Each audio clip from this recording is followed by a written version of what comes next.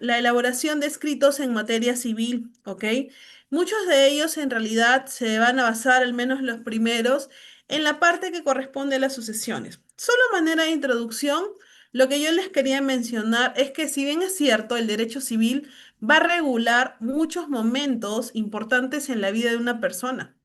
Inclusive hasta cuando nosotros hablamos y nuestro Código Civil nos menciona en uno de sus primeros artículos que toda persona es sujeta de derechos, ¿no? Siempre y cuando, desde el momento de su concepción, con una única condición, que esta persona nazca viva. Y a partir de ahí hablamos de toda una serie de actos civiles que van a formar parte muy importante dentro de de todo nuestro actuar que tenemos. El reconocimiento, la firma de contratos, el matrimonio, la sucesión. Entonces, vamos a poder ver que el derecho civil en realidad se va a enfocar en muchos momentos importantes de la vida de una persona. En algunos casos, sí se establecen condiciones ciertamente diferentes a otras. El día de hoy nosotros vamos a ver, por ejemplo, en el caso de sucesiones, vamos a revisar el tema de un contrato de compraventa, un recurso de apelación a justamente sentencias en el ámbito civil, pero que vamos a darnos cuenta que, si bien es cierto, hoy nos enfocamos en el ámbito civil, también se puede presentar este recurso en otras situaciones, ¿no? Como por ejemplo también en el derecho administrativo. ¿Ok? Entonces vamos a poder iniciar. Muy buenas noches con todos los que nos están saludando. Les agradezco desde ya. Yo los saludo desde la heroica ciudad de Tacna, que el día de hoy estamos en la serenata. El día de mañana celebramos pues nuestros 96 años de reincorporación al seno patrio. Muy buenas noches, ¿cómo están Julio César, Valeria, Stephanie, Connie, Roberto, Liz, Willard, Freddy, Flor de María, Claudia, Isabela, Benito? Muy buenas noches, ¿cómo están? Vamos a empezar entonces.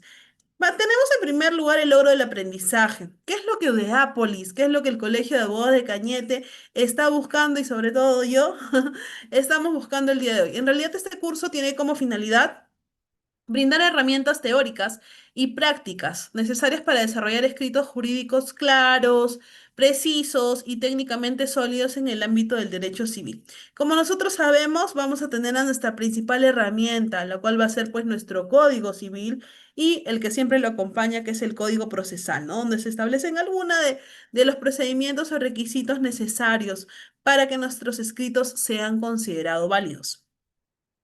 A lo largo de este curso vamos a abordar principales fiestas procesales, desde una demanda, la contestación, hasta recursos impugnatorios, privilegiando la coherencia argumentativa, la adecuada fundamentación normativa y jurisprudencial, así como el uso de un lenguaje jurídico persuasivo y también comprensible. ¿Ok? Básicamente, nosotros a través de este curso, lo que hemos logrado, ¿no? Lo que queremos lograr es que ustedes entiendan la importancia de la redacción jurídica, la importancia de la correcta redacción jurídica, que esta es crucial para poder comunicar conceptos de forma clara, precisa y persuasiva, garantizando la comprensión de los derechos y obligaciones de las partes, evitando malentendidos, disputas, protegiendo intereses, asegurando la validez y la exigibilidad de los documentos legales. Una buena redacción es una habilidad esencial para el éxito en el ámbito legal, ya que refleja la profesionalidad del autor y contribuye a la seguridad jurídica y a la correcta aplicación de la justicia. Nosotros sabemos que hoy en día tenemos una herramienta bastante útil que es la IA, ¿no? ¿Quién no recurre a veces para el tema de redacción al famoso ChatGPT? Sin embargo, no solamente el uso de la IA nos va a permitir a nosotros poder sustentar, en este caso, algún tipo de documento que tengamos, ¿no? Que nosotros dar a conocer para ejercer tal vez la defensa de una persona. Porque de alguna manera va a considerarse como parte importante que nosotros, no la IA, vamos a poder analizar los hechos, los casos, vamos a buscar evidencias para poder, en este caso, ejercer la defensa desde el lado que estemos, ¿ok? Entonces, muy buenas noches con todos los que se conectan. Estamos recibiendo bastantes saludos. ¿Cómo están? ¿Qué tal? Vamos a empezar con el primer documento, ¿ok? Hablamos en este caso de una demanda por herencia. Como nosotros sabemos, dentro del derecho de sucesiones existen dos figuras bastante importantes que son la acción petitoria y la acción reivindicatoria. Estas acciones lo que buscan es que la persona que justamente quiere ejercer su derecho como heredero, en primer lugar, sea reconocida como tal. ¿no? Y en segundo lugar, una vez que sea reconocida, se le puedan reivindicar estos bienes. Vamos brevemente con una explicación. Vamos a hacer de cuenta que en este caso mis papás fallecen, no solo como un ejemplo. Yo tengo dos hermanos, yo estoy viviendo en el extranjero y resulta que mis papás, bueno, ya mi papá no estaba, solo estaba mi mamá, también fallece. Y al momento de solicitar la sucesión intestada, mis hermanos no me consideran, ¿ok? En primer lugar, si nosotros hablamos de una sucesión intestada que podemos celebrarla tal vez de manera notarial, el juez únicamente cumple una función certificadora dentro de este tipo de procesos. Él no tiene la función de tener que averiguar, saber, confirmar, porque se vale de los documentos que le presenten las partes solicitantes, ¿no es cierto? Entonces mis hermanos en este caso han tomado la decisión de no considerarme porque dicen que como yo vivo en el extranjero, no necesito, ¿ok? La herencia de mis padres. Entonces, la sucesión intestada sale únicamente a favor de ellos. Yo nunca tuve conocimiento porque no radico en el país, la verdad. Nunca se me notificó, no se me consideró. Y sucede que después de un tiempo yo regreso al país y me doy con la sorpresa y con la ingrata sorpresa de que mis hermanos hacían repartido la herencia que era en este caso de mis padres y no me consideraron. ¿Qué hago yo? Digo, oh, qué pena, y me pongo a llorar. No, el derecho me facilita esas acciones para que yo pueda, de alguna manera, empezar a actuar y pedir que en un primer lugar se me reconozca también como heredero, porque tengo las pruebas y las evidencias. He sido reconocida por mi padre, no he sido declarada indigna, tampoco he sido desheredada, por lo cual tengo y cumplo con las condiciones para poder suceder. Es entonces que nosotros vamos a poder dar pie, ¿ok? A este primer documento, que es la demanda por herencia. Entonces, en primer lugar, para poder empezar con estas dos opciones que vamos a plantear el día de hoy, es importante recordar lo que nos señala el artículo 663 de nuestro Código Civil, lo cual nos dice que hablamos de un juez competente en materia sucesoria. Corresponde al juez del lugar donde el causante tuvo su último domicilio en el país, conocer de los procedimientos no contenciosos y de los juicios relativos a la sucesión. ¿Qué nos quiere decir? Para poder yo solicitar, en este caso, este tipo de acción, ¿a quién tendría que dirigirlo? Al juez del último domicilio del causante. ¿Quién es el causante? Mi padre, mi madre, la persona que en este caso está dejando la herencia, ¿no?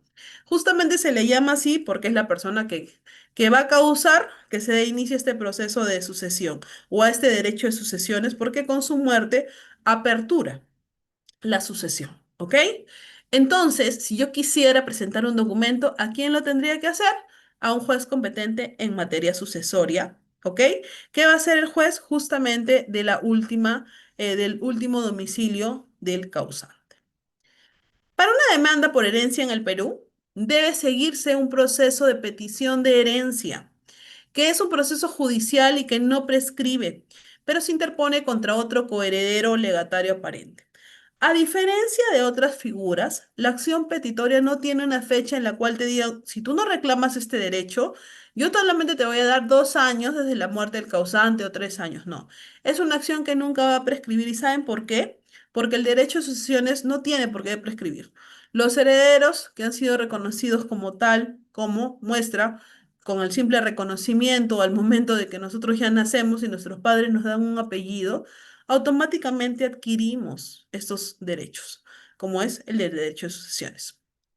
Ahora, se necesita un abogado para presentar los documentos como la partida de función, la de nacimiento, certificados registrales, testamento, sucesión intestada y pagar las tasas judiciales y las cédulas de notificación, como nosotros sabemos, ¿no?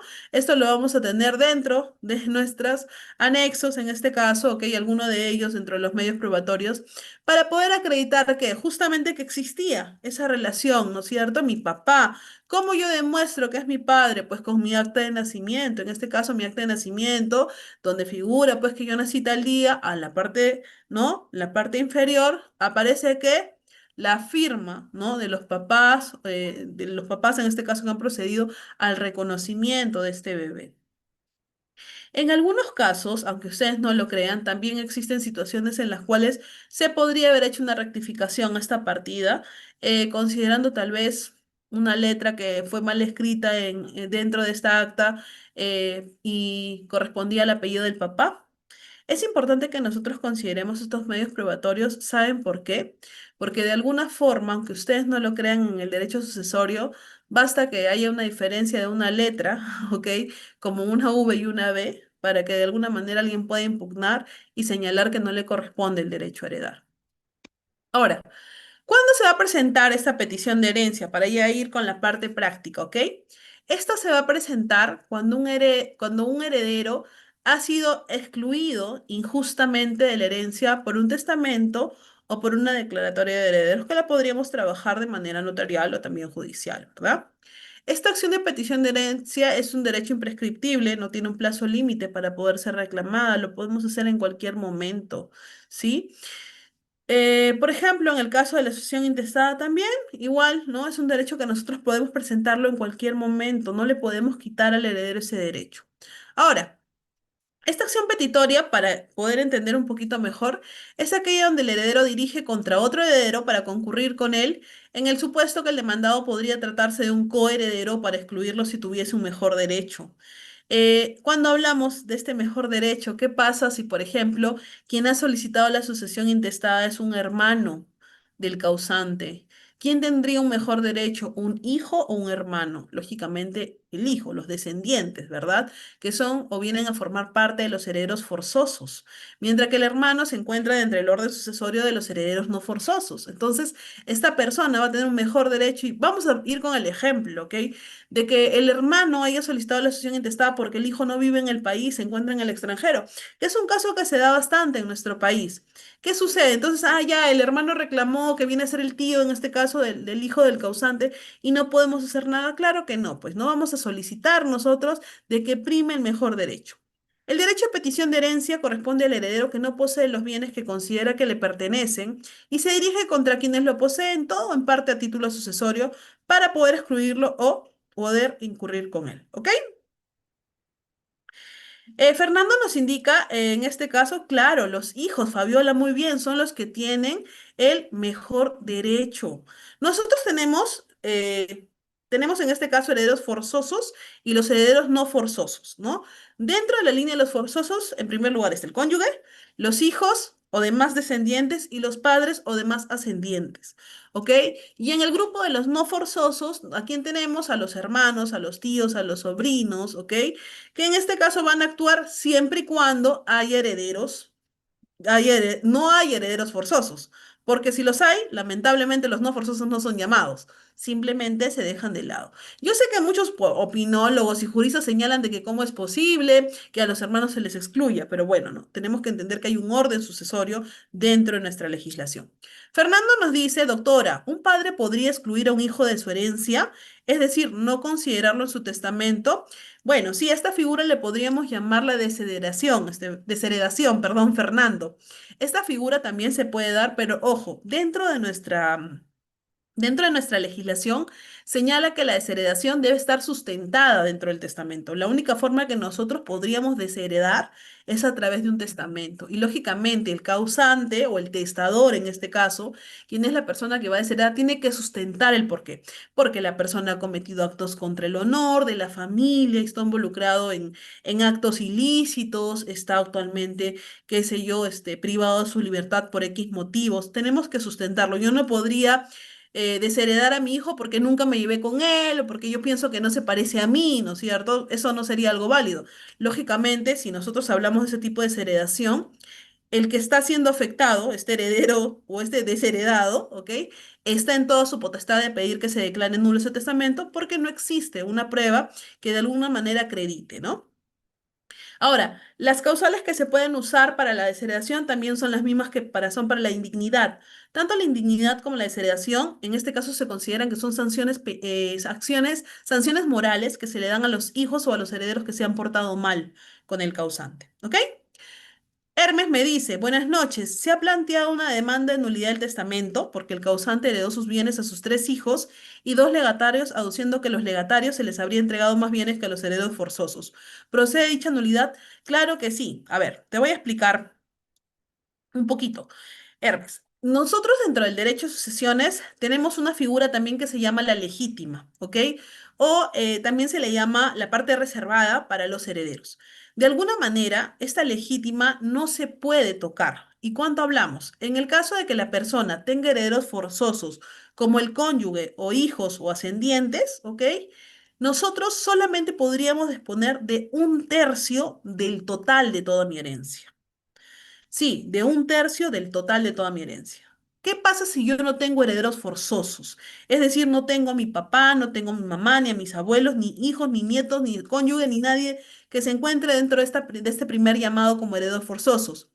Si yo tengo solamente herederos no forzosos, yo podría, en este caso, ¿no? Disponer de hasta el 50% de mi herencia para cualquier persona y designarla como legataria, que yo a un legatario puede ser cualquier persona, tu compadre, tu amigo, mi alumno el día de hoy, Fernando Gómez, yo lo podría designar simplemente porque yo quiero como mi legatario. No necesito comprobar, no necesito evidenciar por qué lo estoy designando como mi legatario. ¿Ok? Y bueno, si no tengo a nadie, ¿ya? Si no tengo hijos, si no tengo cónyuges, si no tengo padres, si no tengo nietos, si no tengo hermanos, sobrinos, tíos, nadie, yo puedo disponer de un 100% de mi herencia y dejarla como un legado. Pero si de alguna manera yo no cumplo con eso y excedo, como mencionó su compañero, le dejé más al legatario que a los propios herederos, lógicamente se puede declarar nulo ese testamento. ¿Ok? Y recuerden que la única forma de designar un legatario es mediante testamento. Ah, no, la persona públicamente señaló de que Fabiola Panaque iba a ser su legataria. Perfecto, lo puede haber señalado. Pero si no dejaron un testamento donde la señalaban como legataria, lamentablemente ella no va a ser considerada como tal. ¿Sí? Listo. A ver, Fabiola nos dice como un hijo indigno, claro. ¿No? ¿Cuál es la diferencia entre indignidad y desheredación, Fabiola? ¿La conocemos? ¿Sí? Bueno, les comento un poquito. La diferencia es que la desheredación, quien la va a hacer es el causante a través de un testamento, mientras que la indignidad puede ser solicitada por cualquier otro heredero, otro coheredero, ¿ok? Es la gran diferencia. Y la indignidad se presenta únicamente cuando ya la persona ha fallecido, cuando ya se ha generado la apertura de la sucesión, porque uno de los requisitos para poder presentar esta demanda de exclusión por indignidad sí o sí tiene que ser presentada por alguno de los herederos, pero ya tiene que adjuntar el acta de función, ¿no es cierto?, del causante y también la declaración donde se señala quiénes son los herederos que podrían participar. Contra eso es que nosotros vamos a interponer justamente esta demanda de exclusión por indignidad, ¿ok? Fernando me habla por ser consumidor de dragos, se le puede heredar. En realidad, lo que se puede considerar es que esta persona no va a poder tomar decisiones, porque recuerden que hay un artículo de nuestro Código Civil que señala, ¿no?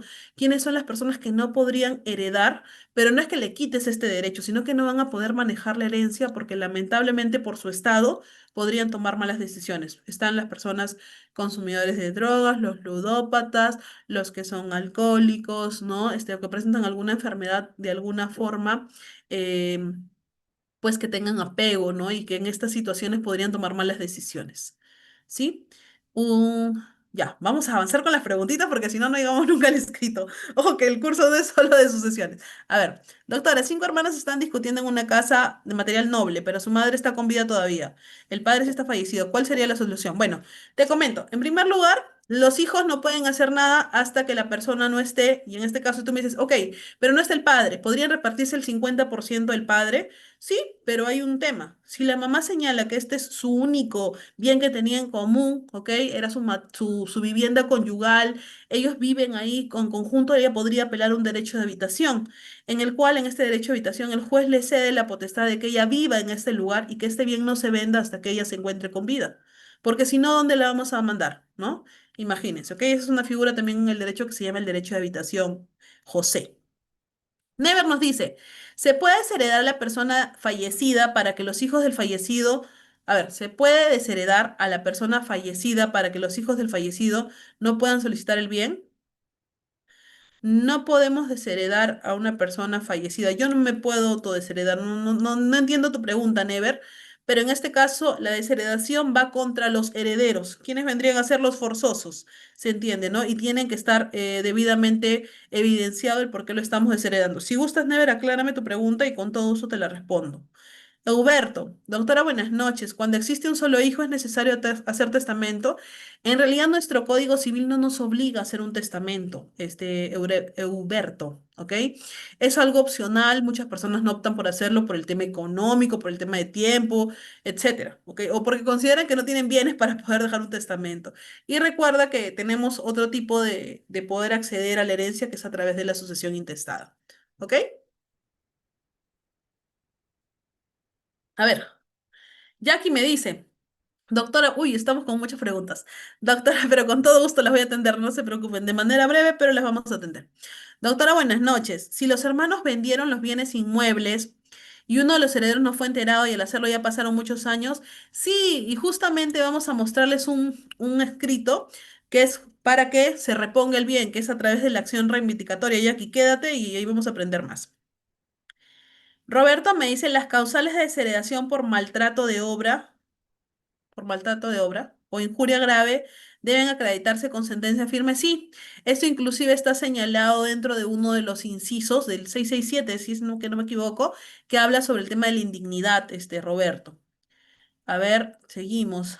Iris, buenas noches. Si el heredero forzoso ha fallecido, ¿podría demandar herencia el nieto? Sí, a través de la representación sucesoria, que es una figura en la cual los descendientes, ojo con eso, pueden actuar en representación de sus padres, ¿ok? Para poder heredar.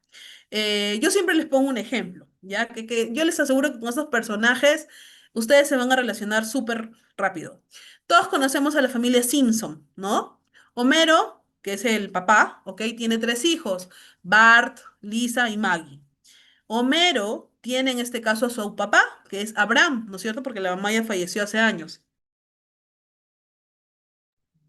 Entonces, resulta que un día Homero toma demasiado y empieza a recordar cosas de la infancia y atenta contra la integridad y la vida de su padre Abraham, ¿ok? Entonces, en este caso, lamentablemente, por un mal golpe que el papá dio, fallece. Lógicamente, según la trama de Los Simpsons, Homero tiene un hermano que se llama Herb, ¿no? Y resulta que Herb dice, oye, ¿sabes qué? Yo considero que mi hermano no puede heredar la casa de mi padre porque ha atentado en contra de su vida, ha sido el causante, en este caso, de la muerte de mi padre, ¿ok? Él ha sido el principal responsable de la muerte de mi padre. Así que yo voy a solicitar que se le declare como indigno. ¿Qué voy a acreditar? De que él ha sido un mal hijo, que ha cometido actos de violencia, inclusive su ficha de antecedentes penales donde sale que él ha sido declarado culpable de la muerte de mi padre. Perfecto. En este caso, el juez va a decir si, pues efectivamente, se le va a dar la exclusión por indignidad por haber atentado en contra de la vida del causante. ¿Qué pasaría con esta casa? ¿Únicamente sería para ERP? No. La ley señala que nosotros a través de la figura de la representación sucesoria, lo que podemos hacer es que los hijos de Homero actúen como su representante y suban al nivel de ERP. ¿Qué quiere decir? Que la casa del abuelo se va a dividir en un 50% para los herederos de Homero y el otro 50% para ERP. ¿Ok? ¿Por qué? Homero ya no va a poder cobrar parte de su herencia, pero sus hijos van a poder actuar en su representación. Pregunta del millón. ¿Y Marge, la esposa de Homero, podrá reclamar algún derecho? No, porque únicamente la representación sucesoria la ejercen los descendientes, ¿ok? O sea, los hijos. ¿Sí? Espero que con eso haya quedado claro, Iris. Listo. Carmen nos dice, ¿y cuando anulan el testamento, el legatario pierde todo o se le reconoce su porcentaje? Mira, en realidad se supone que el legado es considerado una figura en la cual la persona solamente le debería de dar sobre un bien en particular, ¿ok? Pero ¿qué sucede si, por ejemplo, la persona ha puesto en este caso un tercio, ¿no? De la herencia como porcentaje? No da ningún problema. Pero ¿qué pasa si, por ejemplo, la persona pone la casa, el carro, todo a nombre del legatario? Pues lógicamente el juez lo va a declarar nulo. Y si alguno de los bienes no supera el tercio, se le podrá entregar. Caso contrario, tendrá que revolverse la masa hereditaria y repartirse entre todos los herederos. ¿Sí? Eh, ok. Muy buenas noches. ¿Cómo están desde Piura? Ok. Fabiola me dice, pero es interesante. Sí, en realidad el derecho social es bastante interesante. Peter nos dice buenas noches. Hay una demanda de petición de herencia y declaratoria de herederos, ¿ok? Porque a uno de los hermanos no lo incluyeron. Asimismo, la única heredera hizo la sucesión intestada haciendo firmar a su padre con más de 94 años y luego hizo la repartición. Ok, pero ¿cómo hizo la sucesión intestada haciendo firmar a su padre si el padre ya no estaba ya? Eso es lo que tengo la duda, Peter, aclárame eso. Y luego hizo la repartición incluyéndose ella misma. La tendría que haber hecho a través de un testamento, porque una persona que está viva no puede de ninguna manera levantar un acta o una sucesión intestada. Recuerden que la sucesión intestada, en este caso, es una aplicación a la ley, ¿ok? De los herederos, reclamando ese derecho de sucesiones, pero una vez que el causante ya no está, porque uno de los requisitos para poder solicitar esta sucesión intestada es el acta de defunción del causante. ¿Sí? Me aclaras eso, Peter, y continúo con tu duda, no hay problema. A ver, buenas noches. ¿Puede el padre que inscribió en registros un adelanto de legítima de un bien al menores de edad puede donar a su hermana previa independización? En realidad, el adelanto de legítima se puede dar a los herederos forzosos, ¿ok? Pero recuerden de que esto hay una figura que es también la colación, consiste en que tú tienes que devolver el bien una vez que la persona fallezca, tiene que retornar a la masa hereditaria, porque en realidad lo que nosotros hacemos con el adelanto de legítima es como que volver posesionarios temporales a los herederos, pero no pueden cambiar la naturaleza del bien, no pueden enajenarla, no podría vender, no podría donar, ¿ok? Hasta que la persona fallezca. Tania nos dice, buenas noches. ¿Puede el padre que inscribió en registros? Ah, ya, eso ya lo leí. Leslie, ¿se puede heredar un hijo que solo le pasó pensión, pero nunca se tuvo el contacto? Ahora tiene más de 30 años y no quiere saber nada de su papá. No se puede, se podría desheredar, claro que sí. Te ampararías en el último inciso del tema de indignidad, que si no me equivoco es el 667 del Código Civil. A ver si alguien tiene por ahí su código, me ayuda, pero creo que sí. Que habla justamente de que no solamente desheredamos a los hijos, también podemos desheredar a los padres. Por ejemplo, no lo ha querido reconocer, no ha pasado alimentos, ¿ok? Entonces no puedes pues tú heredar a un padre que ha sido pues malo de alguna forma con su hijo. ¿Ok, Leslie? Sí se puede. Y es una causal. Puedes sustentarlo bajo esa causal y simplemente lo deshereda. En un testamento no se incluyó un heredero, él está demandado petición de herencia, pero los herederos ya transfirieron bienes del heredero. A ver, en un testamento no se incluyó un heredero, este ha demandado petición de herencia, pero los herederos ya transfirieron los bienes. Ok, vamos a hablar de la acción reivindicatoria segundo. Ahorita vamos a pasar a eso. Ya un rato voy a parar con las preguntas. Cristian nos dice, ¿puedo pedir en mi pretensión de petición accesoria, reivindicación y partición de herencia? No. Primero procedemos con la acción petitoria porque esta ganamos el derecho del reconocimiento como heredero y luego de esta pasamos a la reivindicatoria. ¿Ok, Cristian? Primero necesitamos que nos puedan de alguna forma reconocer como herederos. Mientras que no tengamos ese reconocimiento, porque recuerda que mis hermanos ya lo tienen en la sucesión intestada. Yo aún no he sido considerada como heredero, entonces primero necesito que me reconozcan como heredero para proceder con la reivindicación. Además que la reivindicación yo no la dirijo contra mis hermanos, sino contra la persona que tiene el bien. Ahorita les voy a explicar un poquito sobre eso. A ver, seguimos. ¿Cuál es el porcentaje que puede poner la viuda para vender su casa? En realidad, cuando hablamos de una sociedad conyugal, el 50% le corresponde al papá, por ejemplo, y el otro 50% le corresponde a la mamá. La viuda en este caso va a tener que repartirse el 50% del padre, ella y los demás herederos forzosos. Vamos a hacer de cuenta de que son dos. Entonces el 50% del padre se tendría que dividir entre tres y la viuda tendría su 50% más ese tercio de herencia Isabela. ¿Ok? Carmencita me dice, doctora, buenas noches. ¿Qué escrito se debe presentar después de la publicación de la sucesión en los diarios y la inscripción preventiva de registros públicos? Dependiendo qué tipo de trámite estés haciendo, si en la notaría o en un juzgado, ¿ok? Pero básicamente, una vez que ustedes proceden a la publicación de la sucesión, de acuerdo a lo que les señale la notaría, por ejemplo, se espera un plazo considerable, que tengo entendido que la notaría solamente espera 3 o 4 días para esta publicación y automáticamente procede a determinar si es que ya han presentado el listado de bienes y no se presenta ningún tipo de oposición. Listo. Freddy me dice, pregunta, si se sumó la compraventa a uno de los hijos con el fin de perjudicar a otro en el testamento, heredar, ¿los demás hijos pueden impugnar este acto? Claro que sí, existe una figura que se llama la ineficacia del acto jurídico, Freddy. Ahí la aplicamos. Cintia, buenas noches. ¿Y qué pasa cuando el padre no tiene ningún bien a su nombre, siendo el dueño, lo puso a nombre de una hija y tiene 8 hijos? No hay testamento. Pero en realidad habría que ver, Cintia, cómo ha sido el actuar, ha procedido a una publicación, el bien tiene una tasación, porque si no, como les he mencionado, podemos aplicar a la ineficacia del acto jurídico señalando que no se han cumplido con los requisitos. Justamente en la última parte de la exposición le voy a hablar sobre la buena y la mala fe, que son bastante interesantes en el ámbito civil. ¿Sí? Ya, vamos a parar ahí un ratito. Nos quedamos en la consulta de segundo Joel para poder continuar. Y yo les aseguro que si tenemos tiempo, yo me quedo para resolver todas sus dudas, ¿ok? Nos quedamos en segundo Joel. Voy a continuar, ¿sí? Ahorita vamos igual a seguir atendiendo consultas o dudas. El artículo 664 habla justamente sobre esta acción de petición de herencia. Y dice que el derecho a petición de herencia corresponde al heredero que no posee los bienes pero que considera que le pertenece. Es mi papá, yo también tengo derecho a heredar, ¿verdad? Y se dirige contra quien los posee en todo en parte a título sucesorio, mis hermanos. No me mencionaron en la sucesión intestada y yo no puedo participar de la misma. A la pretensión a la que se refiere el párrafo anterior puede acumularse la de declarar heredero al peticionante, si habiéndose pronunciado la declaración jurada de herederos, considera que con ella se han preterido sus derechos, ¿ok? Las pretensiones a que se refiere este artículo son imprescriptibles y se tramitan como un proceso de conocimiento. Ahorita vamos a ver cuál es la diferencia entre un proceso de conocimiento y también tenemos el proceso abreviado, ¿ok? ¿Cuáles son las características? En primer lugar, que lo que se busca es restituir los bienes, tiene una acción personal porque en este caso el heredero quiere que se le reconozca como tal, conglomera muchas acciones, es declarativa y es restitutoria. Vamos a ver un modelo de demanda por herencia o de acción petitoria.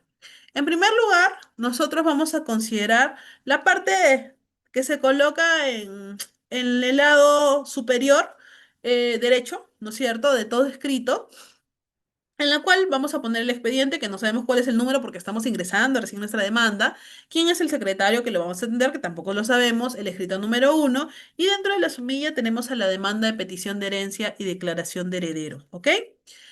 ¿A quién lo vamos a dirigir? Hace rato lo mencionamos, artículo 663 de nuestro Código Civil, al juez especializado en lo civil, ¿de dónde? Del último domicilio del causante, ¿sí? Los nombres y apellidos del heredero. Por si acaso estos formatos se los he pasado en Word a nuestro coordinador académico y estoy segura que él los va a ingresar en el aula, no se preocupe. También está dentro del material que se les va a entregar a los que están inscritos en el curso. ¿Ok? Que no posea los bienes que considere que le pertenecen, con DNI número tanto, con domicilio procesal, domicilio real, correo, domicilio electrónico, usted respetuosamente digo. Primero, del demandado y su dirección. Indicar los nombres y apellidos de las personas que posean en todo parte bienes de la herencia a título sucesorio. En mi caso, ¿quiénes? Mis hermanos, ¿no? Ellos, pues, oye, vamos a hacer de cuenta que tengo una hermana y mi hermana ella pidió la sucesión intestada, se le dio todo a ella y ella no me consideró para nada. Voy a dar, ¿por qué? Ojo, yo no puedo encargarle a los juzgados que ellos se encarguen de buscar dónde se encuentra ella. Yo tengo que dar la dirección donde ellos le puedan notificar y hacerles llegar mi demanda. Segundo punto, el petitorio. ¿Qué es lo que yo voy a pedir? Dos pretensiones. Yo quiero una pretensión principal, ¿ok? Y la segunda es una pretensión accesoria.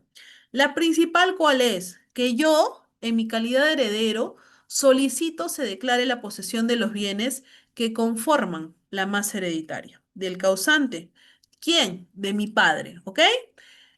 A mi favor, porque ya mi hermana los tiene, ¿no es cierto? Excluyendo de dicha posesión al señor o se me permita concurrir con él en la referida posesión.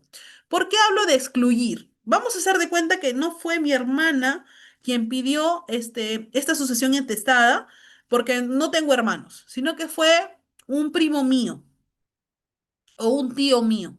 Si es un tío y yo tengo un mejor derecho, ¿qué pido yo? Exclúyelo y solamente yo ingreso ahí.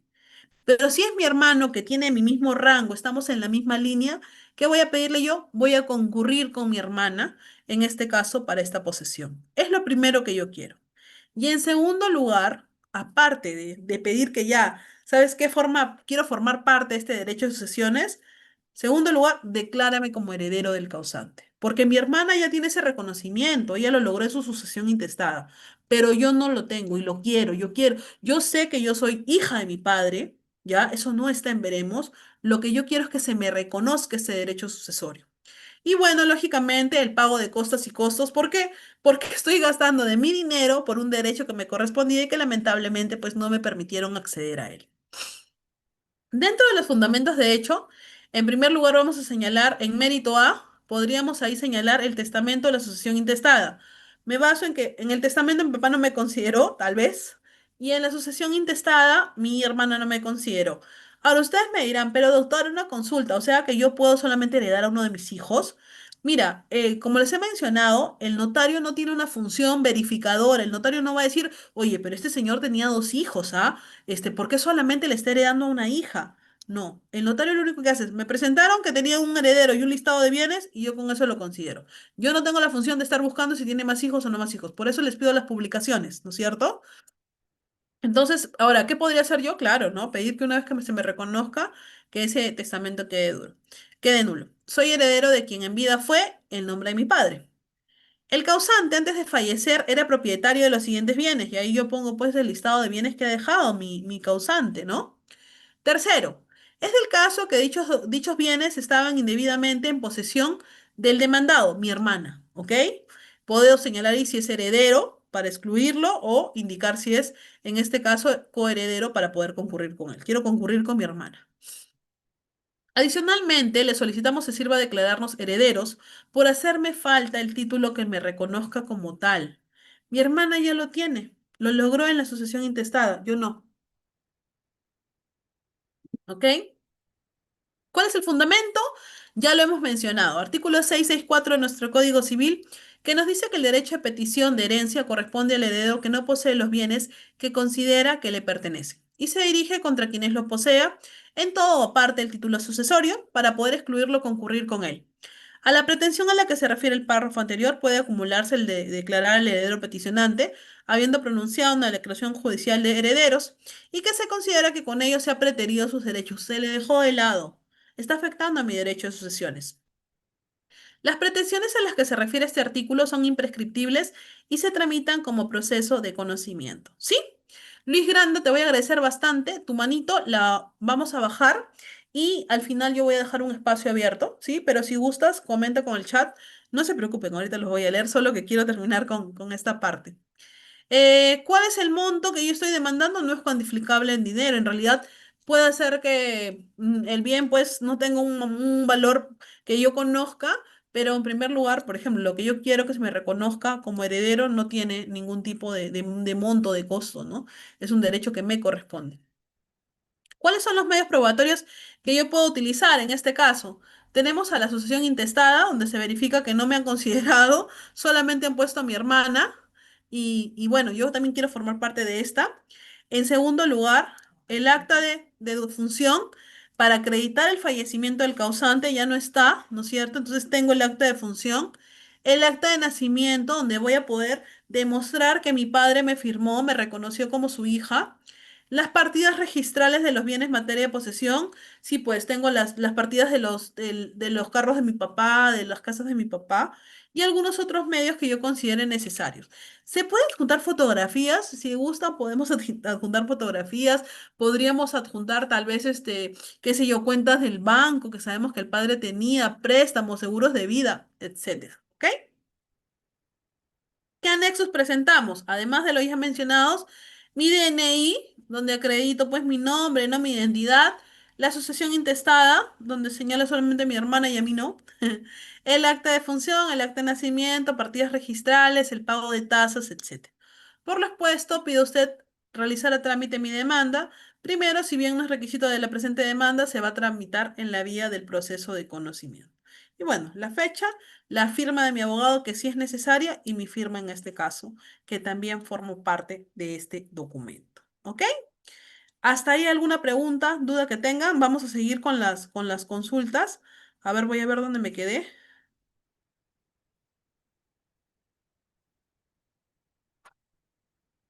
Ya, creo que me quedé.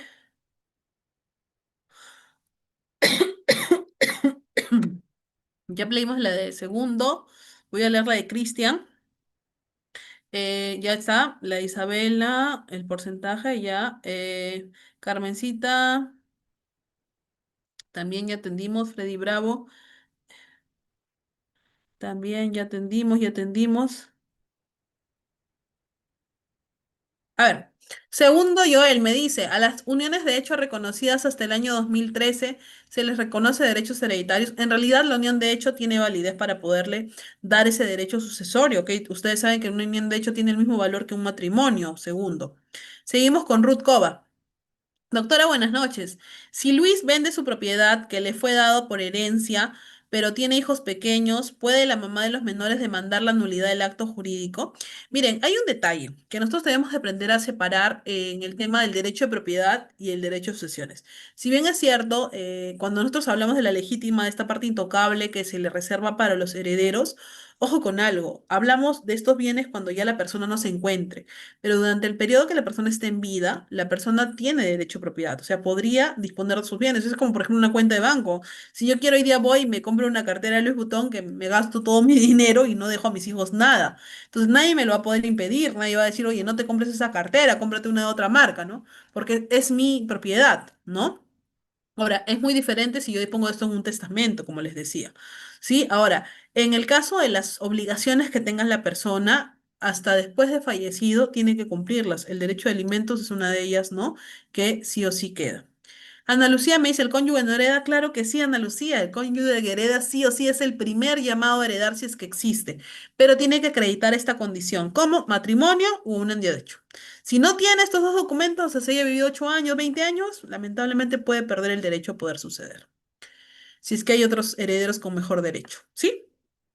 Freddy nos dice, si los padres dan en donación en vida sus propiedades a sus nietos y se les hereda a los hijos de estos, que se puede impugnar, no, si bien es cierto, es una figura lícita. Es que como les decía, ¿no? Tenemos que aprender a separar el tema del derecho de propiedad del derecho de sucesiones.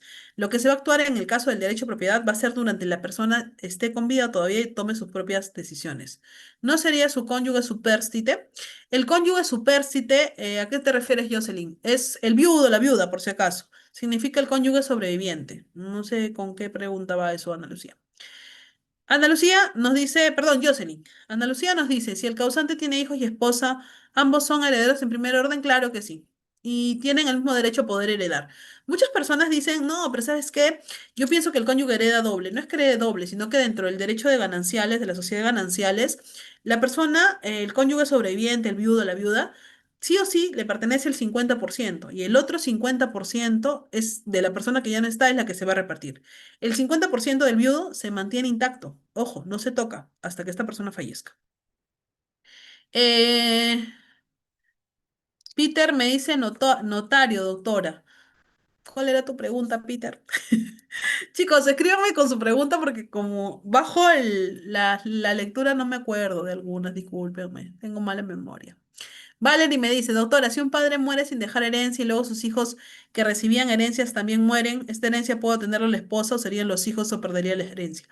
En realidad van a ser los herederos que tengan el mejor derecho. Si la esposa continúa con vida, pues será ella la que pueda reclamar estos derechos. Y si no está, los hijos, no están los hijos, murieron también, quienes pueden reclamar este derecho a los hijos son sus descendientes únicamente. ¿Ok? Leslie me dice, doctora, si se casaron como sociedad de gananciales, bueno, de bienes, y después separan uno de los bienes vía notarial, ¿eso se puede? Eso quiere decir que los demás bienes se dividen entre esposos. La única forma de no considerarlo como bienes gananciales es que se saquen, que se casen con bienes separados. Si no, no va a tener ningún tipo de validez. No pueden ustedes, mediante un acto notarial, ir en contra de lo que señala la norma. ¿A qué se refiere la dispensa de la colación? Ah, ya, la colación. La dispensa es que dentro del testamento, cuando la persona, en este caso el causante, deja un adelanto de herencia a uno de los hijos, lo dispensa de que devuelva la parte que le corresponde a su herencia. Te doy un ejemplo así súper rápido, Norly. Vamos a hacer de cuenta que yo tengo dos hijos y tengo una casa, ¿ok? Una casa que es una casa de playa, ¿sí? Entonces resulta que uno de mis hijos no tiene dónde vivir y yo le doy la casa en adelanto de herencia, ¿sí? Y lo dispenso de la colación. ¿Qué quiere decir? Que yo el día que fallezca, él se queda con la casa, pero ojo con algo. Si es que esta casa es mi único bien y yo tengo dos hijos, esta casa tendrá que repartirse entre mis dos hijos. Y lógicamente mi otro hijo se quedará con su mitad y el otro hijo su otra mitad, pero ya no tiene que devolverla. Pero ¿qué pasa si yo no lo dispenso de la colación, no lo dispenso de la devolución? Él tendría que devolver la totalidad del bien y que se proceda a una repartición. ¿Sí? Euberto me dice si le di en adelanto de legítima a mi hijo, ¿le puedo quitar el adelanto? Sí, en realidad sí. Recuerden que todo, todo acuerdo que se pueda dar tiene que ser siempre con la venia de ambas partes, si no, se puede dejar sin efecto. Ana Lucía, entonces eso del anticipo solo temporal, exacto, mientras que la persona está en vida, ¿ok? Porque lógicamente, si tú le das un adelanto de herencia a tu hijo, por si acaso tu hijo no puede vender ese bien, solamente él va a actuar como un posesionario, nada más, ¿ok? ¿Qué más nos dice? Carla me pide que continuemos. Sí, vamos a tratar de que las preguntas sean relacionadas al curso, por favor. Sí sabemos que el tema del derecho de sucesiones es bastante interesante, pero vamos a enfocarnos en eso. Sí, si no, no vamos a terminar. Ya, vía procedimental, proceso de conocimientos. Sin embargo, si no tenemos mayor problema, se podría trabajar a través de un proceso abreviado, si no hay ningún tipo de inconveniente. ¿Ok? Doctora, Ivonne, dispénseme. ¿sí? Estimado Luis Granda, ya se le explicó desde el inicio, por favor, las preguntas al finalizar. Si no, te voy a retirar de la sala y no regresas. Puede continuar, doctora. Dispense. Gracias. Gracias. No se preocupe. Listo. Ya, vamos a responder solamente lo que tenga que ver con la petición de herencia, por favor, porque si no, nos vamos a ir alargando y no vamos a terminar nunca y tenemos que entrar a la compraventa, tenemos que entrar todavía al recurso de apelación. ¿Ok? Voy a ir. En un proceso de petición de herencia se puede suspender el proceso por cuanto otro proceso de conocimiento se viene impugnando la paternidad del peticionante de la herencia. Este. Mm, ¿Por qué la paternidad del peticionante de la herencia, Iván? ¿Me explicas un poquito más para poder leerte? ¿Sí? Ya. Solamente voy a leer las preguntas sobre el tema de la petición, por favor. Al final, si tenemos tiempo, con todo gusto se las atiendo. Cuando se plantea la demanda de petición de herencia e inclusión de herencia en algunos casos, los jueces resuelven cuando hay bienes inmuebles, que se demanda la división y partición de bienes, y en otros casos el juez establece dicha división. ¿A qué se debe que los jueces resuelvan de dicha manera? A su propio criterio. En realidad, inclusive cuando nosotros hablamos de la sucesión intestada, por ejemplo, hay algunos jueces que dan la declaración de los herederos y le establecen porcentajes. Hay otros que te ponen el monto y lo que te corresponde, o sea, es en realidad criterio en este caso del juez, ¿no? Lo que él diga es ley, ¿sí? ¿Qué más? A ver. Ah,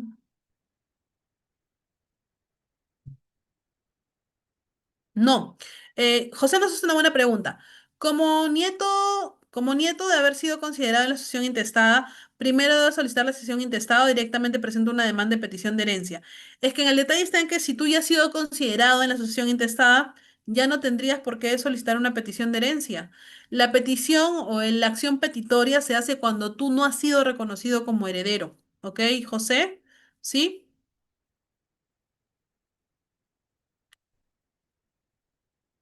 Ya. Estoy pasando, chicos, porque hay unas que no son de petición, lo siento. Eh,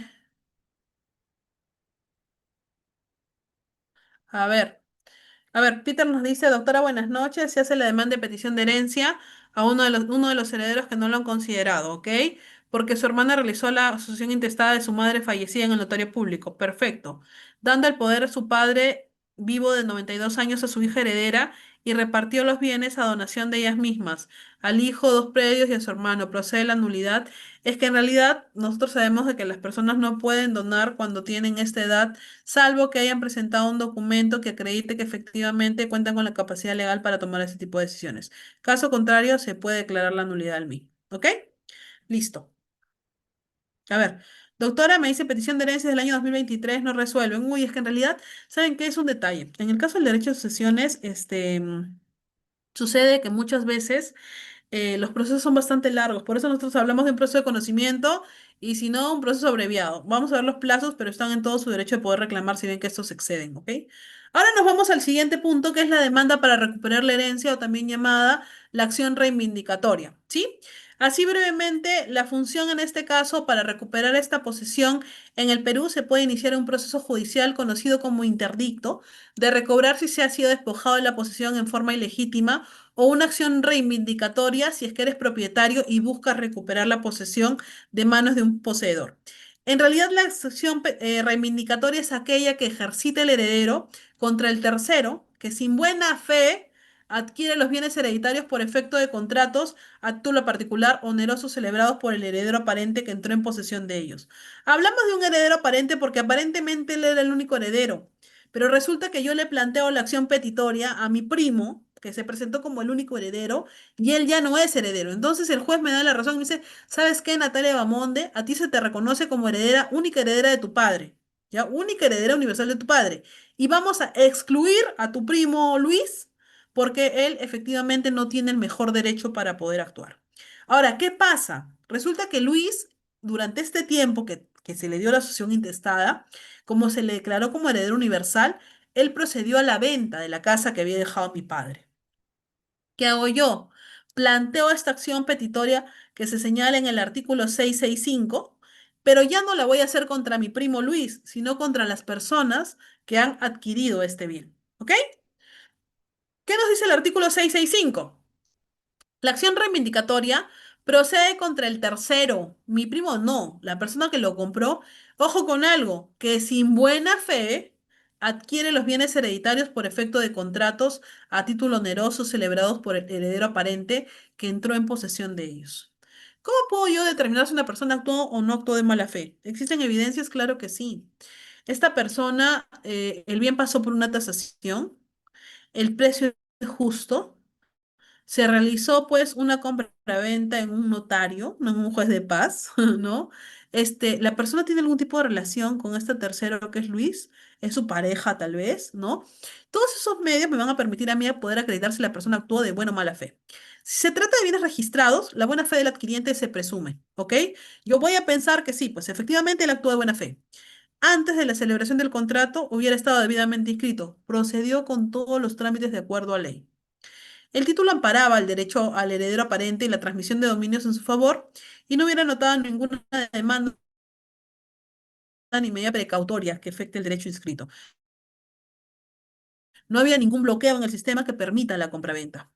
En los demás casos, el heredero verdadero tiene el derecho de reivindicar el bien hereditario contra quien lo posee a título gratuito o sin título, ¿ok? Para poder nosotros plantear una demanda de una acción reivindicatoria, vamos a tener que señalar en este caso lo siguiente. Exacto, una vez que nosotros, Leslie, tengamos ya nuestra acción petitoria en la cual ya la gané, declararon la demanda fundada y dijeron que sí, efectivamente, Natalia, tú eres la heredera universal de tu padre, ¿ok? ¿Qué hago yo? Quiero recuperar mis bienes. ¿Qué planteo? La acción reivindicatoria. ¿Ok? Ahora, en este caso, de igual forma, tenemos la parte de la sumilla, expediente, secretario escrito. La sumilla va a tratarse y se va a señalar como la demanda de mejor derecho de posesión.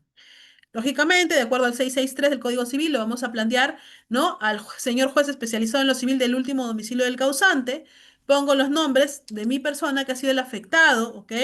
Sí, yo, Natalia Bamón, identificada con DNI número tanto, con domicilio real en tanto, domicilio procesal, electrónico, a usted respetuosamente digo, ¿qué es lo que le voy a decir al señor juez? Uno, del demandado de su dirección voy a dar a conocer la dirección de mi primo, no, perdón, del tercero en este caso que tiene la propiedad, sí, que ha adquirido, que mi primo le ha vendido, porque lógicamente voy a tratar de averiguar dónde vive, su nombre completo, ¿no es cierto? Para poder demandarlo. Dentro del petitorio voy a señalar como pretensión principal, interpongo demanda de mejor derecho de posesión, que se declara el mejor derecho de posesión respecto del demandado del lote de terreno número tanto, ¿ok? Y la ubicación del terreno de que era de mi padre, ¿no? Como pretensión accesoria, solicito se disponga el pago de costas y costos del proceso, porque increíblemente me ha causado el perjuicio de que no me reconoció como heredero y encima vendió un bien que es mío. Yo no sé si la persona tendrá o habrá actuado de buena o mala fe, sin embargo, esto me está ocasionando un gasto porque el escrito sí o sí va firmado por un abogado, ¿sí? Ahora, dentro de la parte de los hechos que voy a señalar, puntos básicos, ¿ok? En realidad, yo les voy a comentar algo. Nosotros los abogados nos gusta a veces complicarnos. Miren, el juez no te señala de que tu escrito tiene que tener mínimo 5 hojas, tiene que estar en letra Arial, 12. No, en realidad esas son cosas que sí, pues podrían ser de forma y que de alguna manera tampoco te podían impedir tu derecho y que podrían ser observadas en algún sentido, pero ¿en qué se va a enfocar en sí? En el contenido, qué es lo que yo le voy a señalar, qué es lo que yo le voy a explicar. En primer lugar, el demandante soy yo, ¿ok? Que lamentablemente he sido afectado y ahí puedo poner inclusive que he tenido que plantear una acción petitoria para que se me reconozca como mejor derecho, porque mi primo lamentablemente me exoneró, y no me consideró en la sucesión intestada y esto me generó todo un problema y ya tengo la resolución en la cual se me señala como heredero universal de mi padre. Segundo, en estas circunstancias ya puedo señalar, ¿no? Mi primo nunca me dio a conocer que mi padre tenía bienes o que él iba a reclamar algún derecho sucesorio, sin embargo lo hizo sin mi consentimiento, sin mi conocimiento, por eso yo ahora aplico la norma pidiendo que se me reconozca como heredera. Tercero, los hechos. Podría ser, viene la persona poseyendo el predio en materia de litigio al haberlo adquirido mediante contrato privado de compraventa de derechos de posesión. Es más, yo a la notaría pedí una copia y tengo el contrato de compraventa en mi mano, ¿sí? Seguimos.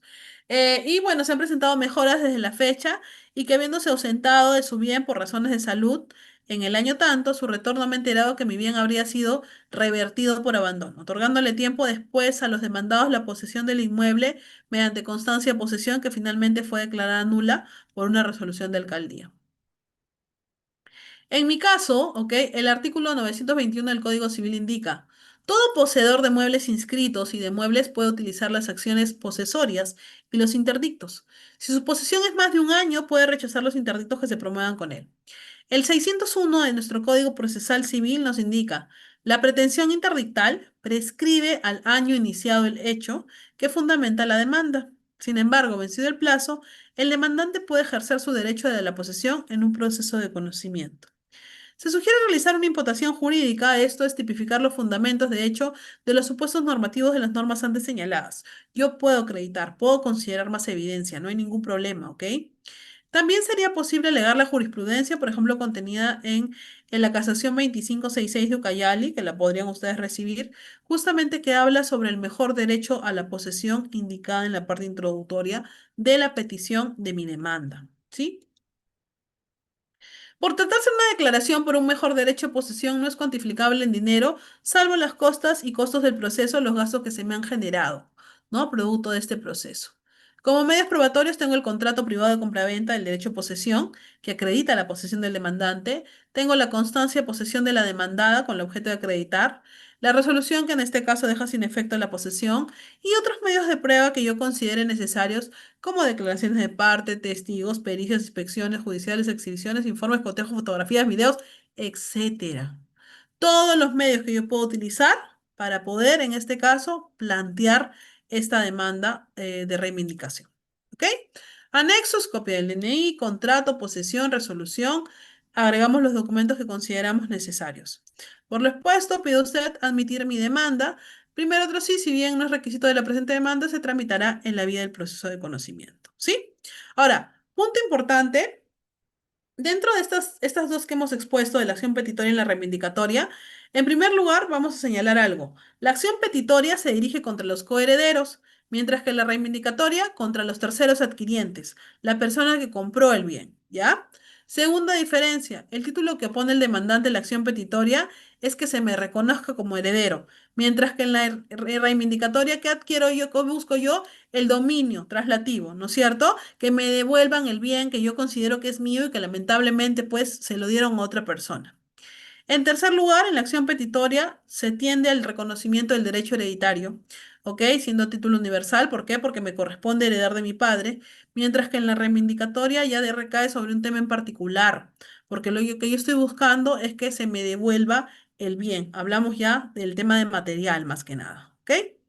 Bueno, aquí hablamos un poquito sobre la buena y la mala fe, que en realidad pues es determinante, ¿no? Sabemos que se actúa de buena fe cuando cumplimos con todo lo que nos señala la normativa, ¿sí? Y señalamos que una persona actúa de mala fe cuando de alguna manera ha omitido, ha ocultado información, ¿ok? Sabiendo que existe una prohibición legal, aún así ha actuado. Estos dos puntos son bastante importantes porque podrían inclusive dejar sin efecto algún tipo de contrato, como hemos señalado hace rato, de una compra-venta, por ejemplo, de una donación, etcétera. ¿Quién es el juez competente para esta acción reivindicatoria? El juez donde también se encuentra el bien, además del último domicilio del causante. Esto está en el artículo 14 del Código Procesal Civil. Se tramita en la vía de conocimiento, sin embargo, si no presenta complejidad, que es bastante difícil, lo trabajamos en un proceso abreviado. Justamente aquí les he puesto las diferencias entre el abreviado y el de conocimiento, que ustedes ya los conocen. Bueno, lógicamente el abreviado, sus plazos son mucho más cortos, hablamos de casi la mitad o un tercio de lo que se da en el proceso de conocimiento.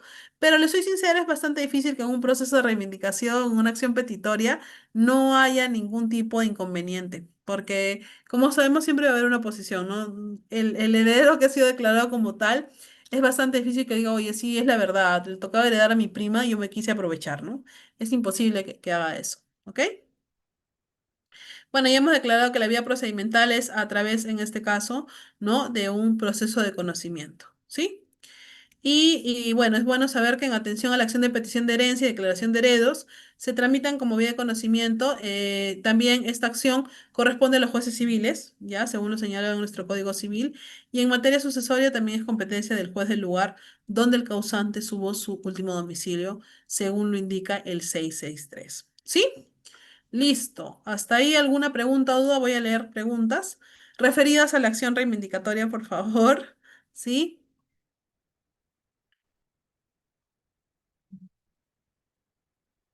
Ya, a ver. Laura nos hace una pregunta bastante interesante. Nos dice, doctora, buenas noches. En caso que alguien le haya declarado muerto presunto y ya se ha realizado la sucesión, pero el muerto presunto regresa, ¿puede aplicarse una acción reivindicatoria? No. Sucede que recordemos que cuando se da la... Nosotros tenemos dos tipos de muerte dentro de nuestro Código Civil, bueno, reconocidas dentro de nuestra legislación, que es la muerte biológica, que es aquella con la cual alguien certifica que no tiene más signos vitales, y la muerte presunta, que es una declaración judicial que lógicamente también se sigue un proceso, no es que simplemente se dé porque ya, ¿no? Recordemos que la muerte presunta tiene condiciones. ¿Cuándo se da la muerte presunta? 10 años de que la persona está desaparecida, solo 5 años después si la persona cuando está desaparecida tenía más de 80 años, 2 años si tenemos pues de alguna manera prueba fehaciente que la persona falleció pero no se encontró el cadáver. Y bueno, de manera automática si efectivamente tenemos cómo demostrar que la persona estaba en el momento del incidente y perdió la vida, pero el cadáver no está o no es reconocible. ¿Ok?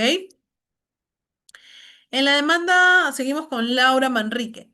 En la demanda de petición de herencia también se puede pedir el monto del petitorio, los costos y costes del proceso. Claro que sí. En ambas demandas podemos solicitar eso porque de alguna forma es un caso que está afectando, ¿no? Porque tú estás, imagínate, gastando recursos en algo que era tuyo, pero para recuperarlo pues estás invirtiendo, ¿sí? Eh,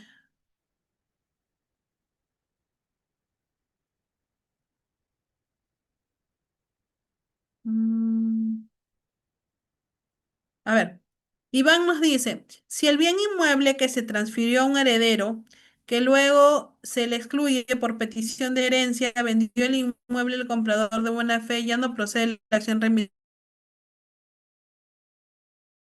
reivindicatoria. En realidad, bueno, hay casos en los cuales se ha demostrado, ¿no?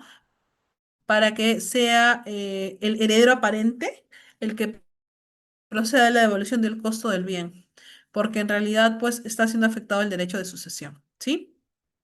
Siempre y cuando se haya demostrado que se actúa de buena fe, como les decía, con todos los requisitos que señala la norma.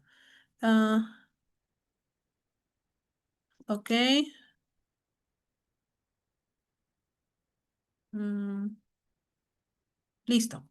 Vamos a continuar en este caso. Si no hay más preguntas referidas al tema de la acción petitoria, pasamos a otro tema, ¿sí? Por favor.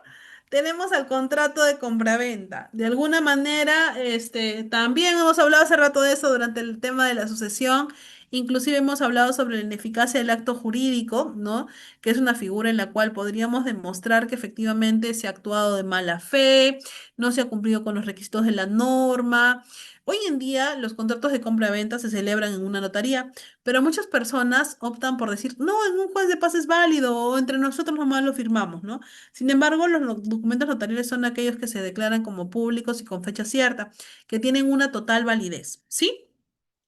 Permítanme un poquito de agüita. Listo. Vamos a continuar. A ver. El contrato de compraventa es indiscutiblemente el que tiene mayor importancia entre los de su clase. Este es otro momento importante en la cual vamos a ver que la parte civil, ¿no? Todo lo que corresponde al derecho civil también se ejerce. En primer lugar, porque se trata de un contrato tipo de los traslativos de dominio y además porque constituye la principal forma moderna de adquisición en riqueza, es decir, tanto su función jurídica como económica debe merecer a un estudio especial.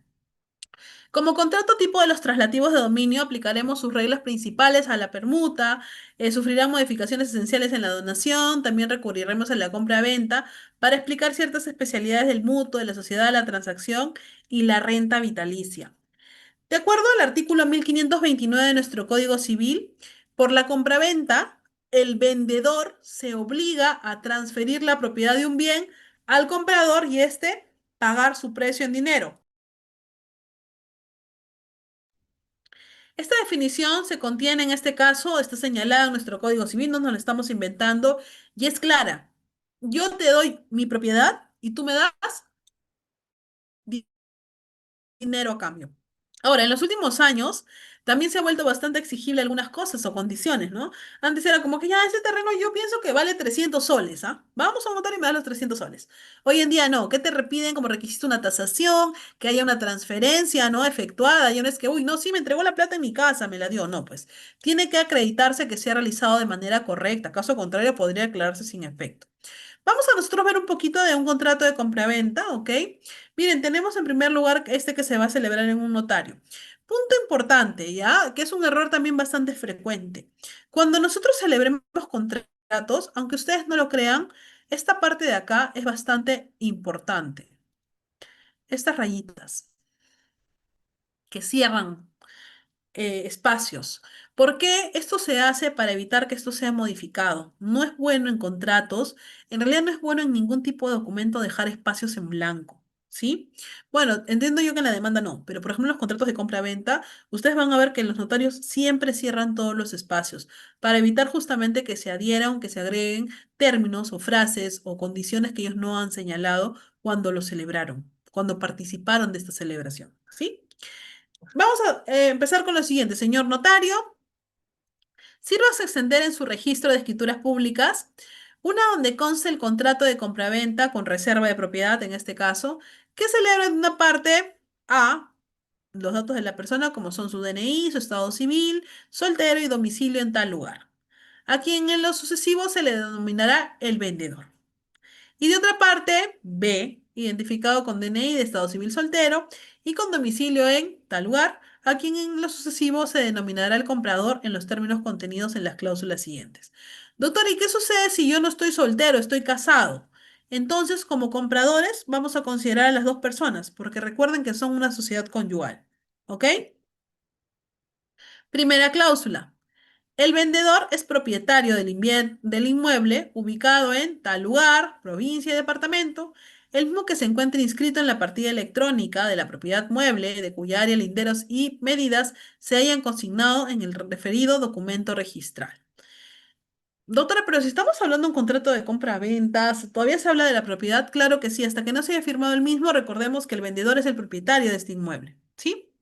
El vendedor adquirió la propiedad del inmueble de su anterior propietario, X persona. También se lo compró, ¿sí? Mediante escritura pública extendida ante el notario, tal persona, conforme el asiento de la referida partida electrónica. Cerramos. Segunda, el vendedor deja constancia que el inmueble a que se refiere en la cláusula anterior se encuentra desocupado, está en buen estado de conservación y habilitabilidad y sin mayor desgaste que el producido por el uso normal y ordinario. Doctora, ¿puedo agregar cosas? Claro que sí, podrías agregar las características si gustas. No hay nada que lo prohíba tampoco. Objeto del contrato. Cláusula tercera. Por el presente contrato, el vendedor se obliga a transferir la propiedad del bien descrito en la cláusula primera en favor del comprador con sujeción al pacto previo de la cláusula sexta. Por su parte, el comprador se obliga a pagar al vendedor el monto del predio pactado en la cláusula siguiente en la forma, oportunidad y lugar de convenios. Cuando nosotros hacemos, en este caso, compras, vamos a señalar también las condiciones en las cuales yo voy a comprar. Por ejemplo, cuando hablamos del precio, ¿no? El precio total de la venta del inmueble antes descrito pactado de común acuerdo es de $20.000. ¿Puedo considerar ahí que ha sido tasado previamente? Claro que sí, no hay ningún inconveniente. Ahora, doctora, pero yo puedo colocar que, por ejemplo, el bien ha sido tasado en 80.000 y me lo está vendiendo a 100.000. Claro que sí, porque en realidad es el valor de la tasación, pero no siempre la persona lo va a vender ese monto. Hay personas que lo venden a mucho más. Es un monto de tasación, es un monto de oferta. Pero en este caso el mercado, ¿no? Y la demanda te van a establecer qué precio vas a poner tú. Ya, mi casa está valorizada en $50.000, pero ¿sabes qué? Como hoy en día se están peleando porque ha entrado una nueva universidad y todo el mundo quiere construir, yo la voy a vender en 100.000. Si es que hay alguien que me la compra, perfecto. No me pueden denunciar tampoco por algo que yo he subido el precio, ¿sí? Es mi bien, yo decido cuánto lo vendo. Si nadie me lo compra, también es mi problema, ¿no? Que serán cancelados en su totalidad al comprador a la firma de la escritura pública, mediante un cheque de gerencia de una entidad financiera, girado a favor del vendedor sin más constancia de entrega y recepción de dicha suma, que las rúbricas puestas por ambas partes en la respectiva escritura pública, quienes a su vez declaran que la entrega del referido cheque tendrá efecto cancelatorio conforme a ley. Ya depende del tema de pago, ¿no?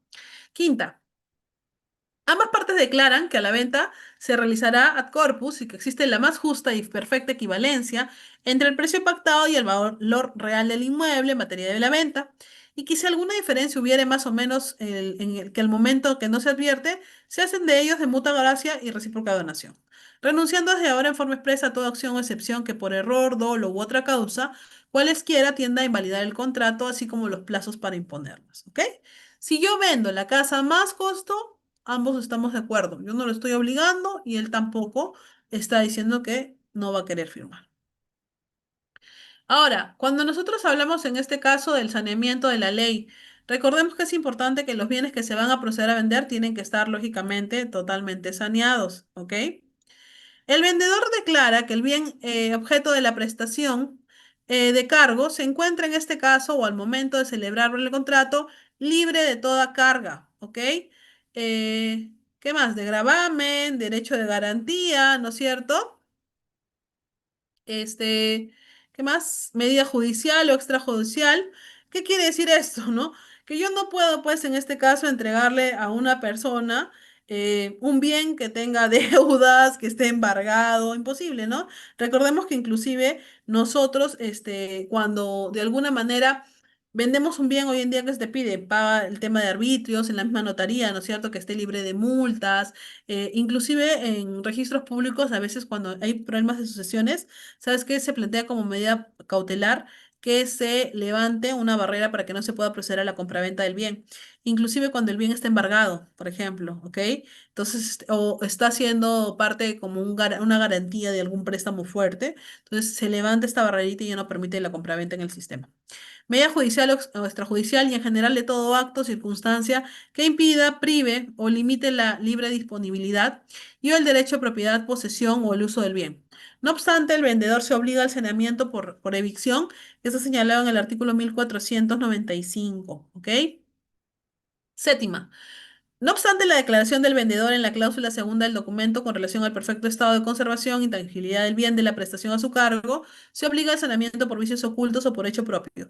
¿A qué se refiere? A que si producida la compraventa del bien mueble, de alguna manera me quisiste engañar y había por ahí algún daño, vas a tener que solucionarlo, ¿no? El vendedor va a tener que asumir esa responsabilidad también. Pero lógicamente sea algo pues muy evidenciable, ¿no? ¿Sabes qué? No me gusta el color, cambia la casa de color verde. Lo siento, ya estaba pintada cuando te la di y tú aceptaste, ¿no? Eso no es un vicio oculto. El vendedor, pero por ejemplo el tema de las conexiones a veces eléctricas, ¿no? Yo les comento que saben que hace mucho tiempo hubo un problema en la ciudad donde yo vivo, bien fuerte, ¿saben por qué? Porque se vendieron unos departamentos. ¿Qué sucede? Que estos departamentos estaban cerca a las aguas residuales. Entonces, dentro de la propaganda que te ofrecían de los departamentos, te decían que únicamente los podías visitar de noche a partir de las 6 de la tarde a 10 de la noche. O sea, todas las visitas de los departamentos eran en esos horarios. ¿Por qué? Porque resulta que al mediodía el olor en esos departamentos era insoportable por la cercanía que tenía las aguas residuales. Entonces, toda la gente que había ido a visitar el departamento de noche, súper feliz porque efectivamente no se sentía ningún olor, ¿no? Pero cuando fueron a vivir y se dieron cuenta que eso desde el mediodía hasta las 3 de la tarde era insoportable, empezaron a reclamar. O sea, imagínense, ¿no? Eso sí sería un vicio oculto, por ejemplo, ¿no? El vendedor asume en forma exclusiva cualquier adeudo que estuviera pendiente de pago, como les decía, tributos fiscales, municipalidades, arbitrios, gabaleas, consumo de agua, energía eléctrica, especialmente que se refiere al impuesto al valor del patrimonio predial, con anterioridad a la fecha de suscripción de la presente minuta. Todos estos conceptos que se generan posterior ya son responsabilidad del comprador. Yo te compré tu casa en junio, ya pues no me vas a pedir que yo te siga pagando la luz de agua de julio, agosto, septiembre, ¿no? Yo hasta julio, junio era mío, julio es tuyo, tú te encargas, ¿ok? Seguimos. Ahorita tengo preguntas, no se preocupen. Obligaciones de las partes. El vendedor se obliga a entender el bien objeto de la prestación a su cargo a la fecha de la firma de la escritura pública, a que se refiere la cláusula anterior, acto que se verificará con la entrega de las llaves del mencionado inmueble. En este caso estamos hablando de un inmueble, ¿ok? Décima, el vendedor obliga a entregar todos los documentos, lógicamente, relativos a la propiedad del uso del bien, ¿no? De la prestación a su cargo, así como los recibos cancelados por los servicios de agua potable y energía eléctrica del último periodo, y el comprobante cancelado de impuesto predial, correspondiente al trimestre inmediato anterior a la fecha del contrato. Imagínense que la persona deba de impuesto predial, qué sé yo, 20 años o más, ¿no? Y al final te va a salir más cara la deuda que el mismo bien. Décima primera, el comprador, aparte que pueden hacer una acción coactiva, imagínense, ¿no? Me embargan mis cuentas. El comprador se obliga a pagar el precio convenido al momento, forma y lugares pactados. Ya prácticamente ya se conversó previamente, no es que en este caso van a recién acordar o van a llegar a un acuerdo, ya tienen que ir con los puntos ya sí o sí aprobados, ¿no? Consolidados. Competencia territorial. Para efectos, que es siempre bueno considerarlo porque se podría dar alguna controversia, ¿ok?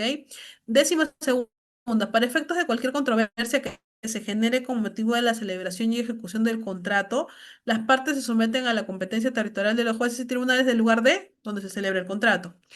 Domicilio. Para la validez de todas las comunicaciones y notificaciones con motivo de la ejecución de este contrato, ambas señalan sus respectivos domicilios, los indicados en la introducción de los documentos. El cambio de domicilio de cualquiera de las partes surtirá efecto desde la fecha de comunicación de dicho cambio por vía notarial. Aplicación supletoria de la ley. En todo lo no previsto por las partes en el presente contrato, ambas se someten a lo establecido en las normas del Código Civil y demás sistemas jurídicos que resulten aplicables, ¿no? Estamos en este caso sujetos a lo que señale nuestra legislación. Claro que nuestro Código Civil. Los gastos notariales y registrales en su oportunidad serán en este caso, o motivo de la compra-venta, serán asumidos por la compradora, ¿sí? Sírvase usted, señor notario, insertar la introducción y la conclusión en cursar partes del registro de propiedad inmueble para la correspondiente inscripción. Firmado en la ciudad tal, a los días tanto, quienes firman el vendedor y el comprador. ¿Ok? Para que no tengan ningún tipo de inconveniente.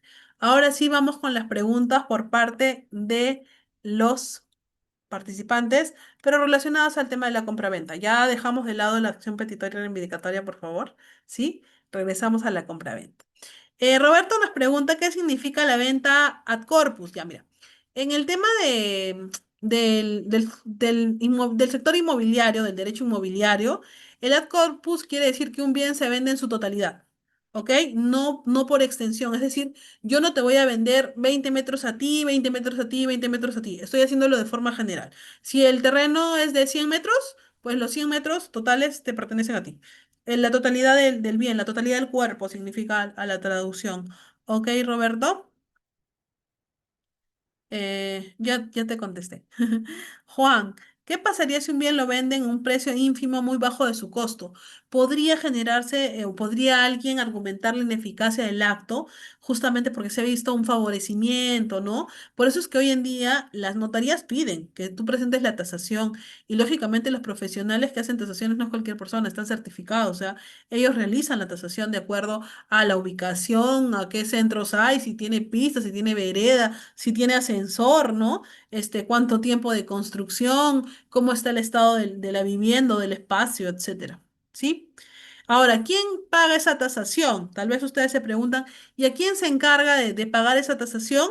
Lógicamente el vendedor, pues, ¿no? El comprador ahí no tiene nada que hacer, ¿sí? José me dice, doctora, ¿quién paga la alcabala en caso de un contrato de compraventa de un inmueble y cuál es el porcentaje? En este caso, quien se encarga de pagar el alcabala, José, es el vendedor. ¿Ok? Y tengo entendido que, si bien es cierto, lo que se retiene es el costo de 20%, creo. 2%, sí, 20% del bien, ¿sí? Iván, es necesario precisar que la venta incluye los aires. Hoy en día sí. Antes no, Iván, ¿sabes que antes, por ejemplo, tú vendías una casa de un piso y la entregabas por completo, pero hoy en día no, pues señalan, porque ¿sabes qué pasa? Que ocurre ciertamente en algunos espacios, Iván, que tienen una entrada independiente. ¿no? Entonces, yo te vendí la casa, pero no los aires, ¿no? No está señalado en el contrato. Hoy en día sí lo aclaran para evitar problemas a futuro. Eh, Miranda, las barreras que se levantan en registros públicos, ya, pueden ser, por ejemplo, medidas cautelares cuando el bien está en litigio. Yo pongo una medida cautelar para que no se venda, ¿ok? Hasta que se solucione el litigio. Segunda barrera que se puede levantar es el tema de que en este caso no lo hacen los vendedores, sino que lo hacen los acreedores. Cuando hay una venta y el bien, por ejemplo, está en calidad de garantía y no se terminó de pagar ni siquiera el 50% y posiblemente el acreedor pueda perder, ¿no? Su bien, si es que, por ejemplo, vende y luego con qué me paga el préstamo, si esto está utilizándolo como garantía. La tercera es el tema de que ya haya pasado por un proceso de embargo y el bien está en esta calidad, entonces también se sujeta a que el bien no pueda venderse. Laura me dice, doctora, si ambas partes han fallecido y por parte del vendedor hay varios herederos y se desconoce quién es el encargado, ¿cómo se puede hacer para la titulación o elevar la compra-venta? Ya, si ambas partes han fallecido, en este caso, pero ya existe una compra-venta, sí o sí el bien es del vendedor, si ya se celebró.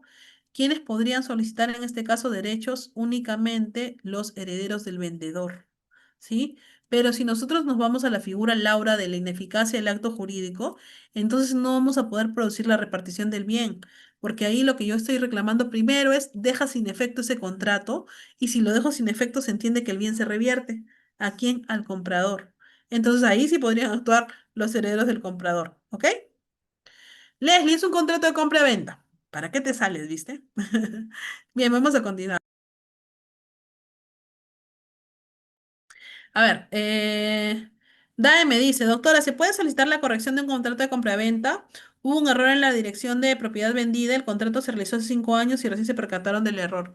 Sí se puede hacer una rectificación, se hace como una especie, en realidad lo hacen en la misma notaría, lo pueden sacar como un fe de ratas, también como una rectificación a la misma. Lógicamente tiene un costo, pero tiene que demostrarse o evidenciarse. Caso contrario, no lo hacen válido, ¿sí? Eh, el doctor Rieder les ha dicho, no se habla sobre casos particulares, por favor, así que no voy a incumplir con esa norma. Mm, ya. En el ad corpus, no, pues el ad corpus no incluye los aires, porque lógicamente, incluye los aires, perdón, porque se trata de la totalidad. ¿Ok? Cuando yo estaría hablando en este caso de que vende el primer piso a uno, el segundo piso, no estamos hablando de una venta ad corpus. Eh,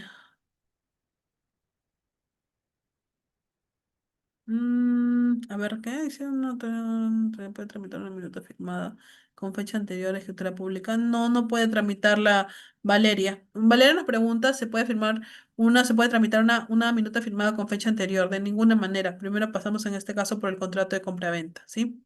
Doctora, no, no es necesario que firme un abogado, José, solamente las partes y en este caso que sea un notario. Recuerda que el notario es el que le da la total validez a este documento. Ahora, que pueda ir con un abogado, sí lo podría hacer, pero no es 100% obligatorio por si acaso. No es que lo invalide si es que no está firmado por un notario, ¿ok? Puede demandar lesión en el precio de la venta por haber pagado un precio muy elevado. No, porque recuerden que este contrato ya ha sido previamente negociado. O sea, las partes no es que van a ir recién a un notario a conversar sobre la situación. Ya vienen conversando y en este caso solamente lo formalizan. ¿Ok?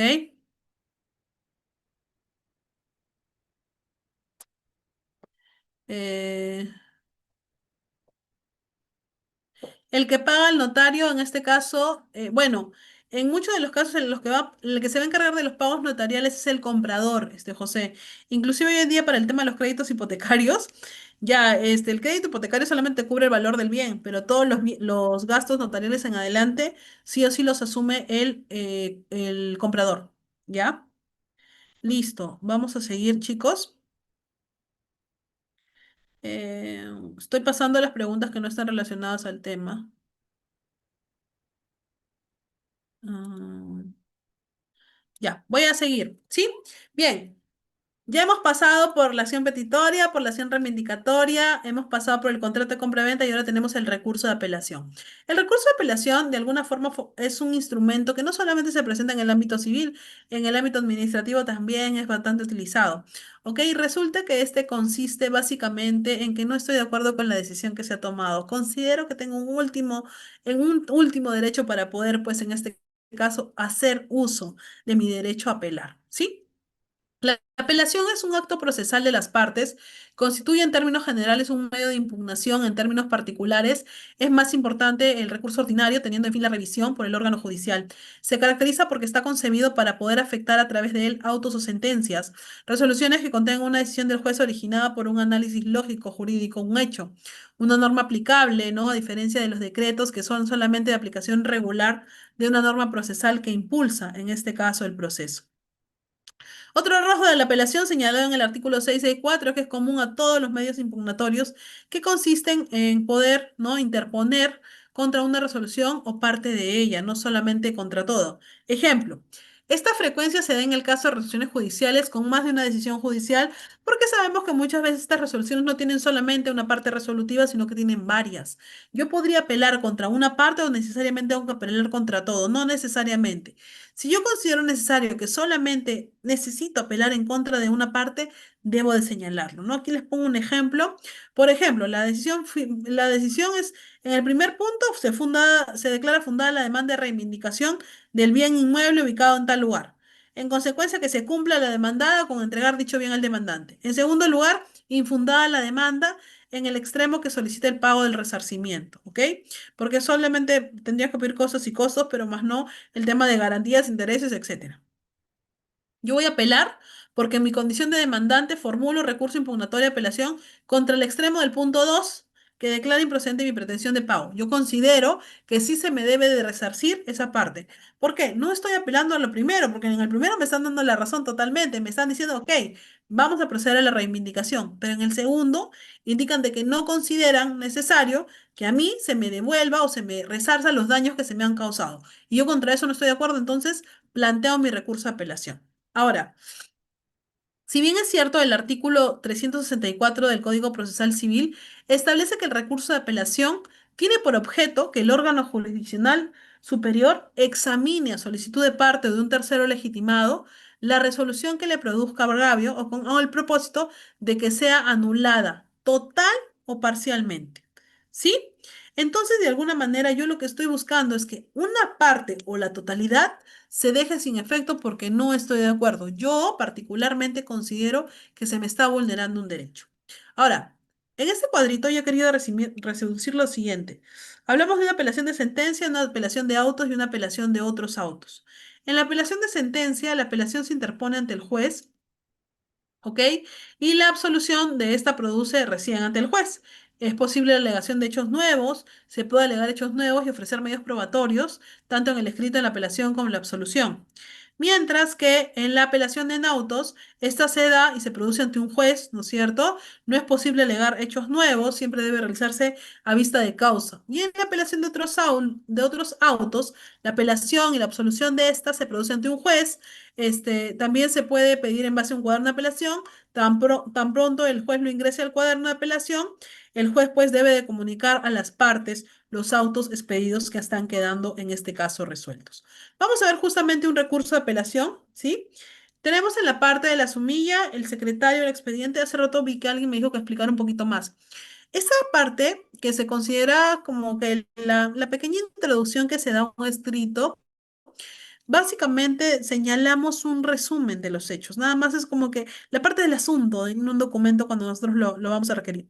No señalamos el secretario porque como no es nuestra primera demanda, siente que no sabemos a quién se le va a entregar, no sabemos el número del expediente, porque yo estoy esperando que me la declaren, en este caso, bueno, ya fundada. Aquí sí vamos a poner en el caso de la apelación, porque sabemos contra qué expediente estamos en este caso aplicando este recurso de apelación, ¿no?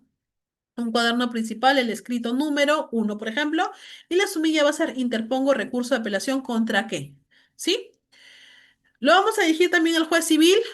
Vamos a señalar, nos vamos a identificar nosotros, nuestros datos, sobre qué asunto vamos a hacer o a qué estamos apelando. A la resolución 15, al punto número 2, ¿ok? De la parte resolutiva de la resolución 15 del caso número 223/2025, ¿sí? Del juzgado civil. Entonces, que lo voy a tramitar como en proceso contencioso, tramitado en vía de proceso abreviado, ¿sí? En realidad se entiende, pues, que también por los plazos de la presentación del recurso de apelación debería de ser algo que se resuelva de manera rápida. Dentro del plazo de ley, con conformidad a lo dispuesto en los artículos 364 y 494 del Código Procesal Civil, interpongo recursos de apelación contra la sentencia de fecha tanto, a efecto de que sea revocada por el superior jerárquico en atención a las siguientes consideraciones. Uno, vamos a poder, en este caso, señalar respecto al error de hecho incurrido en en la resolución, que yo considero que está mal, ojo, es mi criterio, mi alegación que yo hago, ¿no? Que en esta sentencia apelada se declara fundada, también podría ser infundado o procedente, la demanda en base principalmente a tal tema, ¿ok? Precisar la motivación de la sentencia que estaría errada según el apelante. Yo no estoy de acuerdo con el segundo punto porque yo sí considero que me deberían de resarcir los daños causados porque yo he dejado de disfrutar de mi herencia durante el periodo de 5 años. ¿Ante qué? Uno no fue reconocida, he gastado, en segundo lugar, aparte de haber gastado, este bien ha dejado de producir, estaba produciendo, la persona estaba alquilando, estaba generando, y yo no me he visto beneficiada de esto. Entonces yo considero que necesito un resarcimiento. Que resulta incorrecta la conclusión a la que se llega en el considerando la sentencia del punto número 2, porque particularmente, según mi criterio, que corresponde que en este caso el demandado asuma resarcirme el monto de 10.000 soles como resarcimiento pues, por el daño causado, ya que él se ha aprovechado de la situación. Bueno, ya, la persona no se está aprovechando de la situación y simplemente no me está cumpliendo con poder entregar lo que, según a mi criterio, correspondía, ¿no? Porque se ha verificado que actuó de mala fe de alguna manera, en acuerdo con el heredero aparente. ¿Sí? Tercero, que por consiguiente la sentencia apelada se incurre en error de hecho, en cuyo caso debe precisarse la norma en cuestión, motivo por el cual fue apelada la recurrente con el objeto de obtener su revocación por parte del órgano jurisdiccional. Quiero que considere o que reconsideres este punto, me des la razón y de alguna manera, sí, pues se proceda al pago del resarcimiento. ¿Sí? La naturaleza del agravio. La sentencia apelada me causa agravio. Claro que sí, porque está afectando, ¿no es cierto?, a mi parte económica. Pues al incurrir en error de hecho señalado precedentemente y en cuya virtud se declara infundado mi pedido de resarcimiento en la demanda, afecta mi derecho de tutela jurisdiccional efectiva y el debido proceso. Así como también me causa un perjuicio económico por cuanto en la referida sentencia se desestima injustamente mi pretensión de 10.000 soles. ¿Ok? Sustento de mi pretensión impugnatoria. Mi pretensión impugnatoria se sustenta principalmente en las siguientes normas. Artículo 1 del título preliminar del Código Procesal Civil que consagra el derecho de toda persona a la tutela jurisdiccional efectiva para el ejercicio de defensa de sus derechos e intereses con sujeción a un debido proceso. En segundo lugar, el artículo 364 del Código Procesal Civil que faculta el examen de la resolución agraviante con el propósito de que sea anulada o revocada. Artículo 494 del Código Procesal Civil que conforme al cual en el proceso abreviado tendrá efecto sucesivo en la apelación, y el artículo del Código Legal en cual yo me pueda basar, que yo señale que está cometiendo una injusticia y que me corresponde el resarcimiento del daño causado. Por tanto, al juzgado solicito se sirva admitir el presente recurso de apelación a fin de que el superior del grado lo examine y proceda a revocar la sentencia impugnada. Otra sí, adjunto el siguiente anexo, tasa judicial por recurso de apelación de sentencia, ¿no? Y bueno, si considero yo que es necesario acreditar alguna que otra prueba, lo puedo hacer. Recordemos que en algunos casos sí es permitido que nosotros utilicemos nuevas pruebas para este recurso de apelación. ¿Sí? ¿Quién firma? El letrado, mi abogado, y también firmo yo como apelante porque no he estado de acuerdo con la parte resolutiva de la resolución. ¿Eh? Vale la redundancia. Listo. Hasta ahí nosotros tenemos alguna duda o pregunta. Voy a ir justamente a leer las consultas que hagan, ¿sí?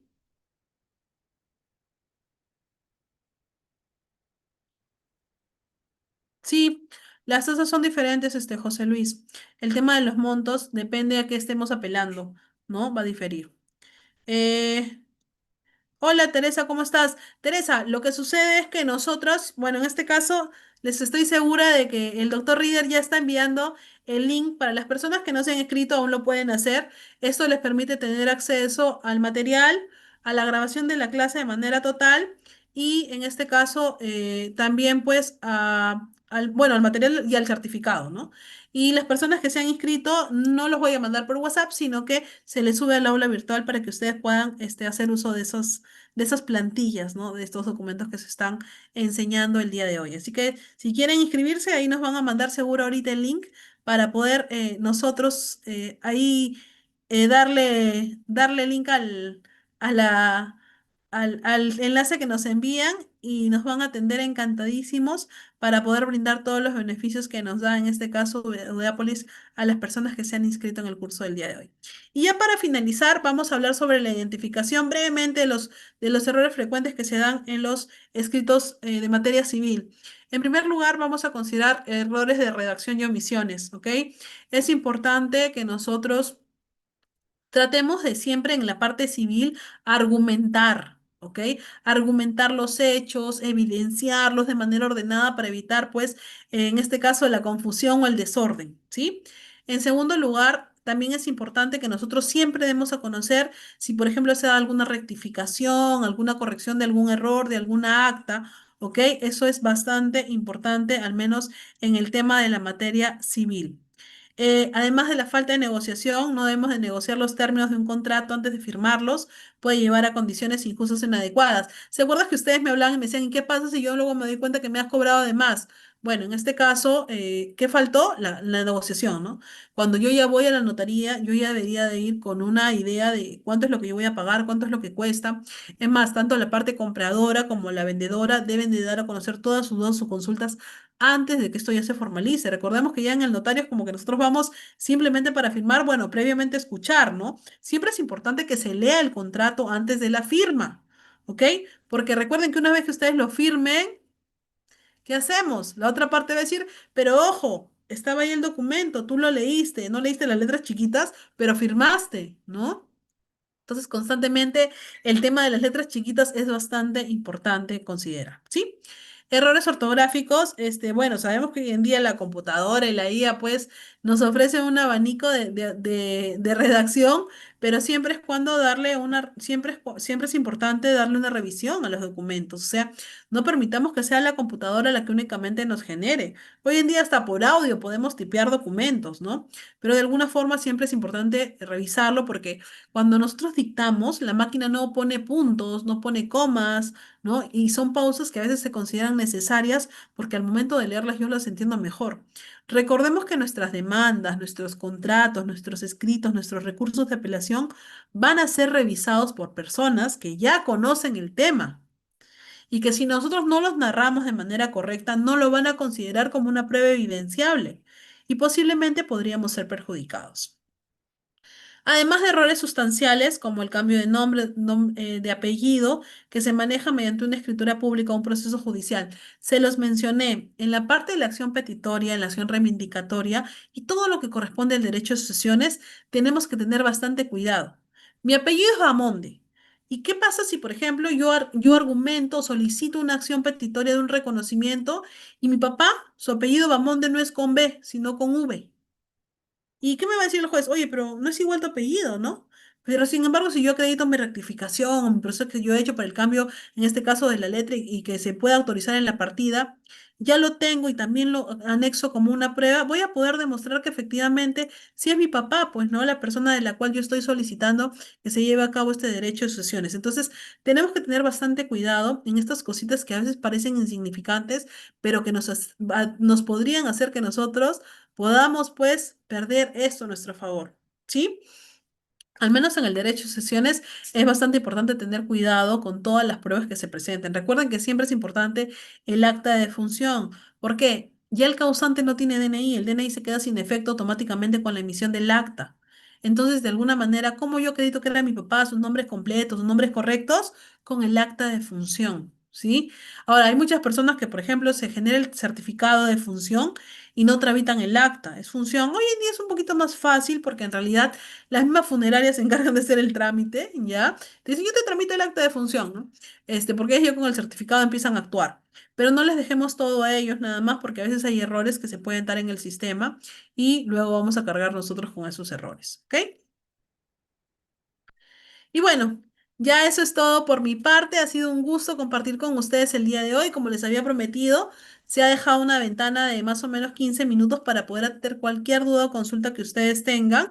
Sí, pero esto lo va a manejar también el moderador para poder, el coordinador académico, para poder trabajarlo en orden. Solamente invitarlos a que me puedan seguir en mi página. Es una página, en este caso personal, donde generalmente atiendo consultas de manera a través de mensajitos dudas, pero bastantes pausas bastante exactas.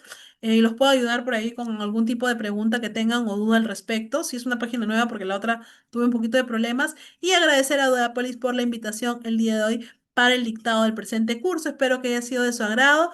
Mi nombre es Natalia Bamond y yo voy a estar encantada